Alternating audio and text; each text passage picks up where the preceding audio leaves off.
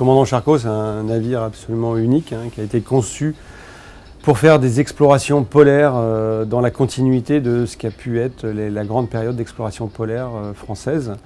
et dans la continuité donc, de ce qu'avait pu initier donc, le commandant Charcot en emmenant avec lui dans les régions polaires des scientifiques découvrir et vivre cette aventure qui est très addictive des milieux polaires, observer la nature, parler du changement climatique, parler des phénomènes qui se produisent dans ces régions sensibles. Le but étant d'y aller en laissant la trace la plus infime. Donc c'est un navire qui a été conçu autour de ce concept d'offrir des explorations polaires complètement inédites, repartir sur la trace des explorateurs français, emmener avec eux des scientifiques pour profiter de cette opportunité d'aller dans ces zones-là, vivre une expérience, une aventure, dans un cadre très agréable, très confortable et agrémenté donc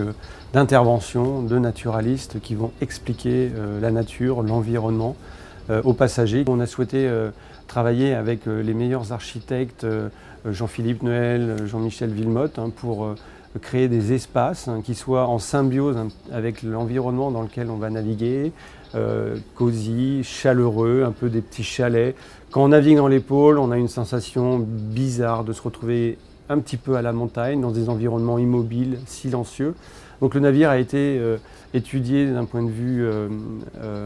chaleur, d'un point de vue design intérieur, sur cette idée de confort chaleureux, tout en créant des espaces visuels sur l'extérieur, si on veut rester au chaud, ou bien des espaces extérieurs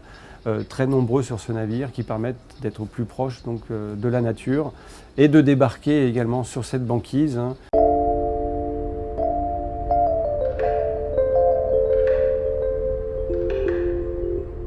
Le navire va faire 2 saisons, va faire 5 mois dans la partie hémisphère nord, côte est du Groenland, et 4 croisières donc, au pôle Nord durant donc, la saison été arctique, et ensuite va faire le passage du nord-ouest pour rejoindre donc, le Pacifique et entamer donc, son transit vers l'Amérique du Sud, où il passera là encore donc 5 mois à explorer les côtes de l'Antarctique, de la péninsule antarctique, mer de Weddell, et retourner sur les traces de Charcot sur la côte occidentale de la péninsule, où Charcot a été faire ses missions d'exploration. On ira probablement voir donc l'île Charcot notamment. Il y a quand même une grosse part d'inconnu, et ça c'est quelque chose qu'on essaye d'expliquer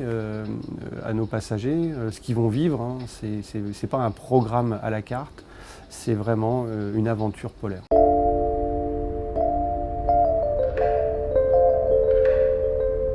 On est dans la salle des machines, une des 2 salles de machines du commandant Charcot. On a ici des groupes électrogènes qui vont fournir l'énergie électrique qui va être utilisée donc, pour alimenter la partie hôtel du navire, mais également sa propulsion. Et le côté innovant du commandant Charcot, c'est d'avoir utilisé un nouveau type de combustible pour alimenter ses moteurs, qui est donc le gaz naturel sous forme gazeuse, mais comme on va devoir en emporter une grande quantité, on va l'embarquer sous forme liquide. Il va prendre 600 fois moins de place dans les cuves. L'autre côté important, ça avait été de traiter la distribution électrique de manière à ce que le rendement énergétique du navire soit le meilleur possible. On a 50 tonnes de batteries lithium-ion à bord qui vont être capables donc d'absorber toutes les variations de charge de cette usine électrique de manière à garantir le fonctionnement des moteurs au gaz en permanence. Ça va également aider le navire à optimiser l'efficacité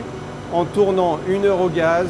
1 heure sur batterie et ainsi de suite en faisant des cycles de 0 émission. L'idée étant d'optimiser le rendement énergétique et d'assurer un niveau de sécurité également à bord en garantissant toujours la disponibilité de puissance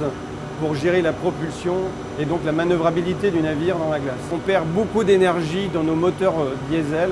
ou au gaz. Une grande partie de l'énergie du combustible est perdue dans les gaz d'échappement sous forme de chaleur. Or, cette chaleur, on va essayer de la récupérer au maximum en utilisant ce qu'on appelle des chaudières de récupération qui vont faire donc chauffer de l'eau grâce à ces gaz d'échappement chaud, produire de la vapeur qui va servir donc à réchauffer le navire, servir de chauffage, mais aussi pour réchauffer l'eau potable, réchauffer les piscines, alimenter les buanderies, les séchoirs et les machines à laver.